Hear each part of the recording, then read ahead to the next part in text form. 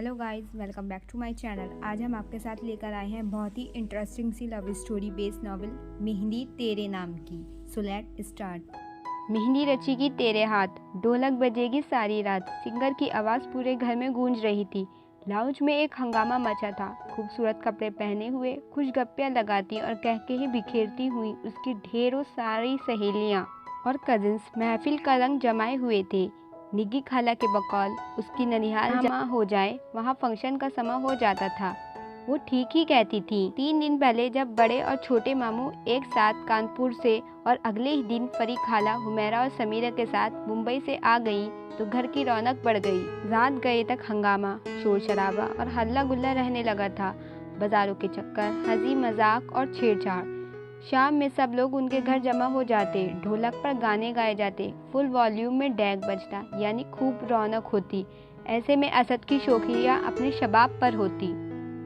वो ज़बरदस्ती उसके दोस्तों के बीच आ बैठता। ढोलक तो ऐसे बजाता था कि बस। आजकल तो संजीदा सा हैदर भाई भी बड़े खुश और मगन नजर आने लगे थे। इसकी तब्दीली का कुछ कुछ अंदाजा तो उसे भी था, लेकिन इस सारी रौनक और हंगामे में अली उसे बुरी तरह याद आ रहा था। काश अली यहाँ होते। बेख्तियार उसकी आंखें छलक पड़ी। अरे जीना, क्या हुआ? मीना के पूछने की देर थी कि वह उसके गले लगकर फूट फूट कर रो दी। निग्गी खाला ने उसे यूं रोता देखकर अपना सर पीट लिया। मेरे खुदा, इस लड़की का तो दिमाग खराब है। रो रो कर आंखों का क्या हाल कर लिया है तुमने? खबरदार, जो एक आंसू और भी बहाया तो क्या तुम दुनिया की पहली ऐसी लड़की हो जिसकी शादी हो रही है? तुम तो ऐसे रो रही हो जैसे शादी नहीं हो रही बल्कि तुम्हें कैद में डाला जा रहा है। निग्गी खाला ने उसे बुरी तरह डांट पिला दी। ए निग्गी, ये कौन सा तरीका है बच्ची को चुप कराने का? अर्जुमन बेटा, तुम यहाँ आओ मेरे पास, नानू ने उसे अपने पास बुलाते हुए कहा। जर्द रंग के फूलों से सजे लकड़ी के खूबसूरत झूले से उठकर वह छोटे छोटे कदम उठाती हुई नानू के बराबर जा बैठी। बेटा, ये दिन तो हर लड़की की जिंदगी में आता है। हर लड़की को इस मुकाम से गुजरना पड़ता है। ये तो ज़माने का दस्तूर है। मैं जानती हूँ ये सब आसान नहीं, लेकिन बेटा अपने लिए नहीं तो इन सब के लिए हौसले से काम लो। दोस्तों के साथ हंसी मजाक करो, खूब इंजॉय, क्योंकि अब कभी बेफिक्री के ये दिन वापस नहीं आएंगे।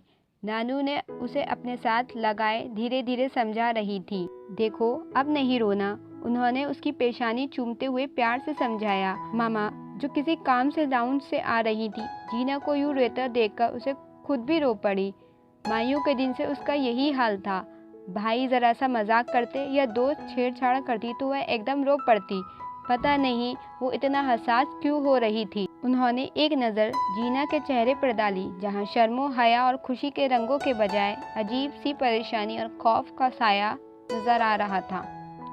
कहीं वाकई जीना के साथ कोई ज्यादती तो नहीं हो रही? वह अपनी ही सोचों में गुम खड़ी थी कि पीछे से आती हैदर की आवाज़ पर चौंक गई। मामा, मैं ज़रा शहबाज की तरफ जा रहा हूँ। हम सब फ्रेंड डिनर वही करेंगे।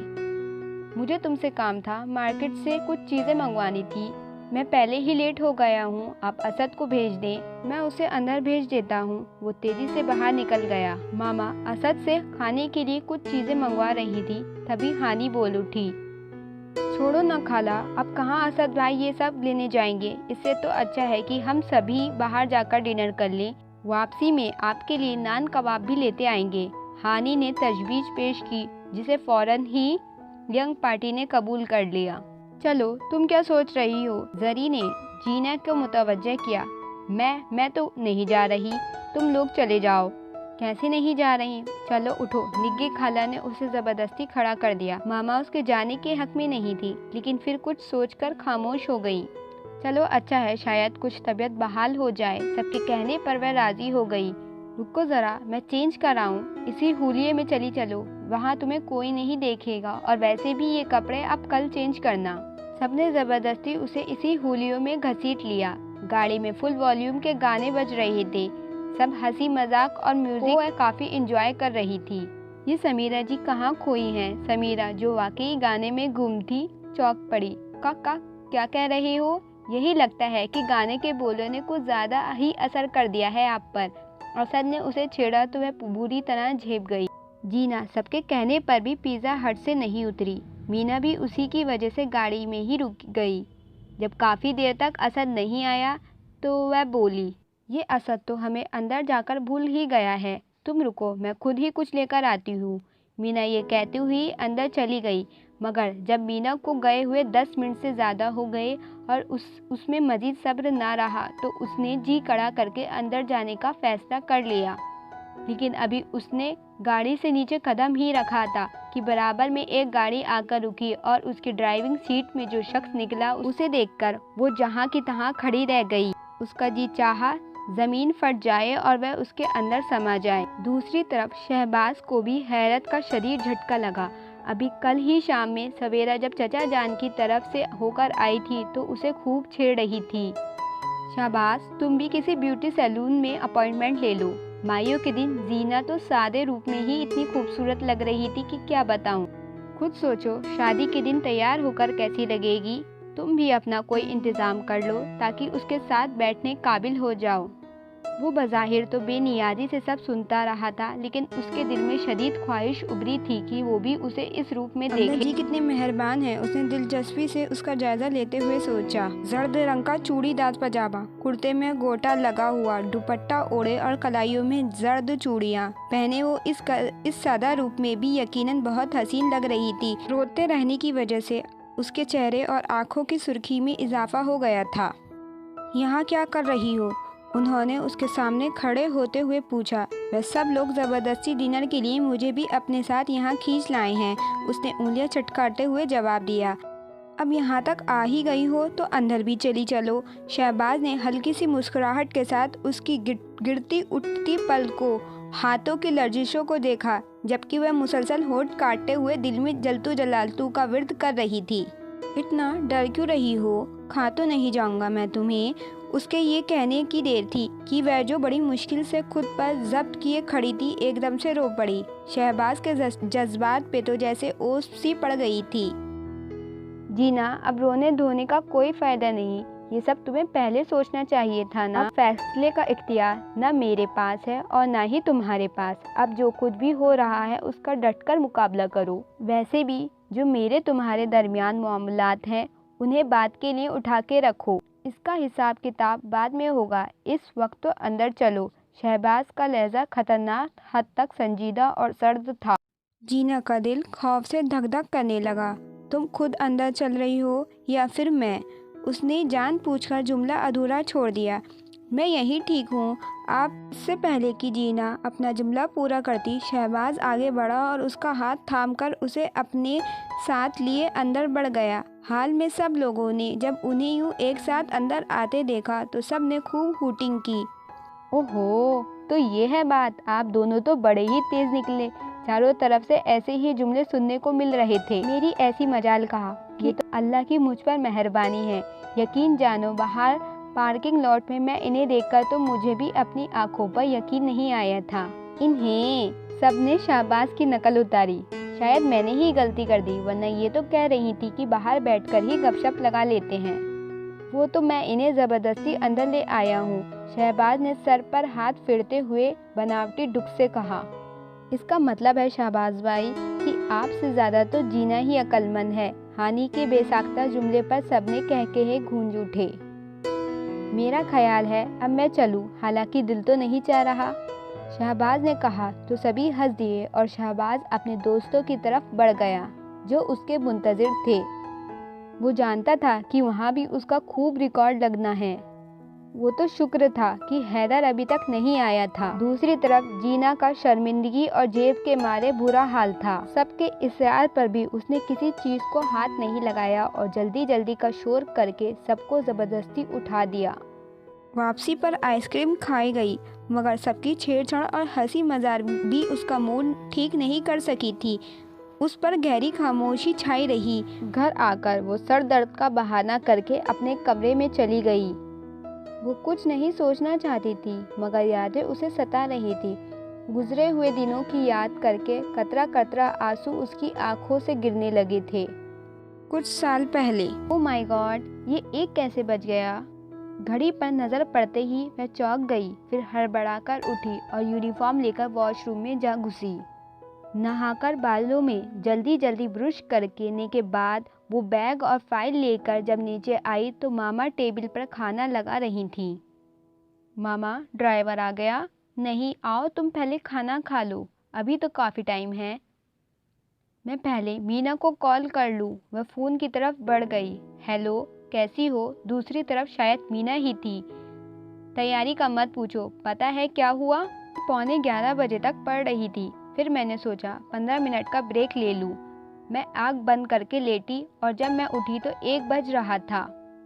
मत पूछो मेरा क्या हाल हुआ, इतनी टेंशन हो रही है कि क्या बताऊँ। लास्ट चैप्टर का तो मैंने एक लफ्ज़ भी नहीं पढ़ा।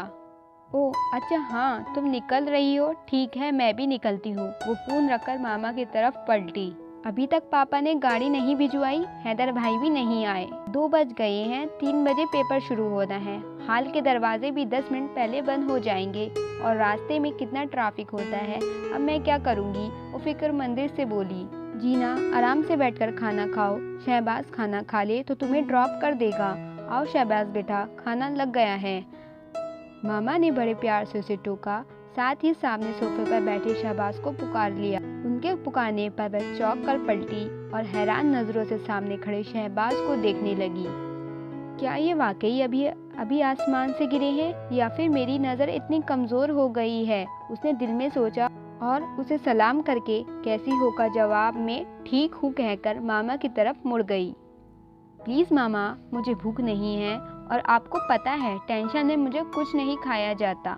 मुझे बस कॉलेज जाना है, मैं पापा को फ़ोन करती हूँ। वो फ़ोन की तरफ बढ़ी। रुको जया, चाची, मैं पहले जया को ड्रॉप कर देता हूँ, तब तक हैदर भी आ जाएगा। वापस आकर साथ में लंच करेंगे। मामा क्या कहती, जबकि जीना ये हाल था कि जैसे पलक झपकते ही कॉलेज पहुँच जाना चाहती हो। लेकिन जीना, तुम कुछ खा तो लो, पेपर कैसे दोगी? मामा, मैं वापस आकर खा लूँगी, अभी तो देर हो रही है। मेरे लिए दुआ करना, खुदा हाफिज। कहती हुई वह तेजी से फाइल और बैग उठाकर शहबाज के पीछे लपकी। गाड़ी को मेन रोड पर डालते हुए उसने एक नज़र साथ बैठी जीना पर डाली, जो दोनों हाथों की उंगलियां आपस में फंसाए दिल ही दिल में पता नहीं क्या पढ़ रही थी। किस चीज़ का पेपर है? इकोनॉमिक्स का। रास्ते में शहबाज ने ज़बरदस्ती उसे जूस और स्नैक्स लेकर दे दिए। खा लो जया, पेपर देने के लिए ज़रूरी है कि आप फ्रेश और एनर्जेटिक रहें। आप मुझे जया क्यों कहते हैं? मेरा नाम जया तो नहीं है। वह जूस की सिप लेते हुए बोली। तुम्हारा नाम तो जीना भी नहीं है, फिर सब तुम्हें जीना क्यों कहते हैं? शहबाज उसके सवाल पर मुस्कुराते हुए बोला। वो तो सब मुझे प्यार से कहते हैं। वो यूँ बोली जैसे बड़े पते की बात बता रही हो। मैं भी प्यार से ही तुम्हें जया कहता हूँ। शहबाज के मुंह से बेसाख्ता निकल। जी, वो हैरत से उसकी तरफ पलटी। कुछ नहीं भाई, चलो तुम्हारा कॉलेज आ गया है, wish you all the best. वो थैंक यू कहकर गेट की तरफ बढ़ गई। ये शहबाज भाई कुछ अजीब से नहीं हो गए हैं? उसने उलझ कर सोचा और सर झटक कर आगे बढ़ गई। वो पेपर देकर बाहर निकली तो असद उसे लेने आया हुआ था। घर वापस आकर अपना पेपर के बारे में सोचते सोचते उसकी आंख लग गई। उठी तो तब जब असद उसके कमरे का दरवाज़ा पीट रहा था। क्या है? पापा बुला रहे हैं, वो बाहर से ही चिल्लाया। अच्छा कहकर मैं वॉशरूम में घुस गई। फ्रेश होकर जब वह नीचे आई तो लाउंज में दादी जान, ताया अब्बू और ताई अम्मा को देखकर उसका मूड खुशगवार हो गया। क्या बनेगा इस लड़की का? मेरा तो सोच सोच कर बुरा हाल है। बर्दाश्त के नाम की तो कोई चीज़ है ही नहीं इसमें। बात बाद में करती है और रोना पहला शुरू कर देती है। ज़रा सी बात पे परेशान हो जाती है और दूसरों को भी कर देती है। मैं तो इससे तंग आ गई हूँ। मामा की बात सुनकर दादी जान के पास बैठी जया का मुंह फूल गया। अरे नहीं, ये तो हमारी इतनी प्यारी बेटी है, बस कुछ हसास ज़्यादा है, ताई अम्मा ने प्यार से कहा। शहबाज ने दिलचस्पी से उसके फूले फूले नाराज़ चेहरे को देखा। यूँ लग रहा था जैसे कोई ज़िद्दी बच्चा सबसे नाराज़ होकर बैठा हुआ हो। थोड़ी देर में जब वह सब लोग अपनी बातों में मसरूफ़ हो गए तो वह उठकर किचन में आ गई। जया, एक गिलास पानी तो पिलाना। अपने पीछे शहबाज भाई की आवाज़ सुनकर वह बेइख्तियार उसे दिन में कही हुई बात याद आ गई। साथ ही हैरत भी हुई, ये अभी तक यहीं बैठे हैं। वैसे तो हैदर भाई और शहबाज की दोस्ती थी, लेकिन शहबाज उनके यहाँ कम ही आते थे, जबकि हैदर भाई अक्सर उनके घर पाए जाते थे। बशीर चाचा के हाथ पानी भेजकर उसने सलाद बनाने लगी। खाना तकरीबन तैयार था। उसने टेबल पर बर्तन लगाए और ड्राइंग रूम में आकर बोली, खाना लग गया है, सब आ जाइए। शहबाज ने उसके पास से गुजरते हुए आहिस्ता से कहा, मैंने पानी तुमसे मांगा था जया। एक पल तो वह बौखला ही गई, फिर संभल कर बोली, एक ही बात है। एक बात नहीं है। वह उसके उलझे चेहरे पर गहरी निगाह डालकर आगे बढ़ गए। ये क्यों मुझे घूर घूर कर देखते हैं और ऊट पटांग बातें करते हैं। उसे सख्त गुस्सा आ गया। खाना खाते हुए भी वह खुद पर उनकी निगाह महसूस करते हुए बहुत डिस्टर्ब हो रही थी। जीना, ढंग से खाना खाओ, दिन में भी तुमने कुछ नहीं खाया था। मामा ने उसे बेदिली से खाते देखकर टोका। लगता है बशीर चाचा ने बहुत अच्छी स्वीट डिश बनाई है, असद ने शरारत में कहा तो सभी मुस्कुरा दिए, क्योंकि जानते थे उसे मीठा कितना पसंद है। ऐसे मौके पर वह खाना कम और स्वीट डिश ज़्यादा खाती थी। खाना खाते ही ताया अब्बू उठ खड़े हुए और सबके इसरार पर भी चाय कॉफ़ी के लिए नहीं रुके।